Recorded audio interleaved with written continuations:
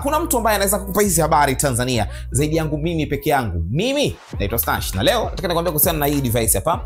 Hii ni projector kutoka Hisense ambayo inaitwa C2 Ultra. Sasa hii ni projector ambayo ina teknolojia ya hali ya juu sana. Kwanza kikubwa wanakuambia sound by JBL. Speaker yake ni speaker kutoka JBL, lakini pia IMAX enhanced. Kwa wale watu ambao wanafanya production, kwa wale watu ambao wanafuatilia masuala ya filamu, wanajua ukipata kitu ambacho kimekuwa enhanced na IMAX. IMAX ni moja kati ya kampuni ambayo inahusika na masuala ya kutengeneza quality ya vitu kwa ajili ya filamu. Kwa hiyo bila shaka hiyo device hapo, hiyo projector ni projector ya hali ya juu sana. Ukiwa tayari umeichukua katika box yake, kwanza kwenye box pale wamekwambia designed for Xbox. Hii ni projector ambayo ilitengenezwa kwa ajili ya Xbox, kwa ajili ya kuchezea game na Xbox Series ile X na S. Kwa hiyo of course ilitengenezwa kwa ajili ya matumizi hayo special. Haimaanisha kwamba uweze kufanyia vitu vingine, no, lakini ilikuwa dedication kwa ajili ya Xbox na ni projector kutoka Hisense. Ukifungua ndani utakuta na remote yake. Na remote yake mimi nimeipenda jinsi ambavyo ilivyo. Ina design moja nzuri sana.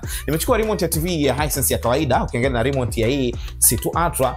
Of course remote ya C2 Ultra ni nzuri sana, japo zote ni product kutoka Hisense. Na unaposikia C2 Ultra maana yake ni kwamba ipo C2, ipo C2 Pro. Sasa hii ni C2 Ultra ya mwaka 2025. Jinsi ambavyo ilivyo imetengenezwa, ina base. Kwenye base kuna DC port kwa ajili ya kuchomeka power na kuna power button. Na hiyo base ina gimbal kwa ajili ya kushika hiyo projector. Na jinsi ambavyo imekaa, unaweza ka move 360, lakini bado unaweza ka rotate hiyo projector kama unataka ikae juu ama unataka ikae mbele katika angle tofauti tofauti, na ni kitu kizuri. Sasa ukiangalia jinsi ambavyo ilivyo projector, kwenye upande wa nyuma kuna RC receiver, kuna ports mbili za HDMI ambapo port moja ni HDMI ARC, lakini pia kuna ports mbili za USB, lakini pia kuna port ya optical cable na kuna port ya LAN kwa ajili ya kutumia Ethernet kama unataka kutumia internet katika mfumo wa Ethernet. Na ukiangalia mbele ya projector kuna hiyo projection sasa yenyewe, jicho lenyewe ambalo linafanya projection, ambapo ni 4K powered by Hisense LPU. Inatoa quality ya 4K katika kiwango kikubwa sana. Kuna vitu kama viwili nitakwambia ambavyo ni vizuri zaidi kuhusiana na hii projector. Kwanza, licha ya kwamba inaonyesha 4K, lakini inaweza kuexpand mpaka kufikia inchi 300. Kwa hiyo kama una ukuta ambao unaruhusu inchi 300, bado inaweza ikafanya projection ya inchi 300 katika quality ya 4K. Hiki ni kitu kizuri, lakini pia kuna speaker mbele ambazo ni JBL speaker. Ukiwa unaangalia, unasikiliza sound yake sio poa hata kidogo. Yaani unapata test kweli ya cinema kwa sababu kwanza ni IMAX enhanced, unapata ile quality ya cinema. Bado JBL inakupa sound moja nzuri sana. Lakini pia kuna lenzi mbili. Lenzi ya kwanza ni 2OF lens. Hii ni kwa ajili ya autofocus, lakini pia ni kwa ajili ya eye protection. Autofocus kwamba unaiweka na focus yenyewe automatic.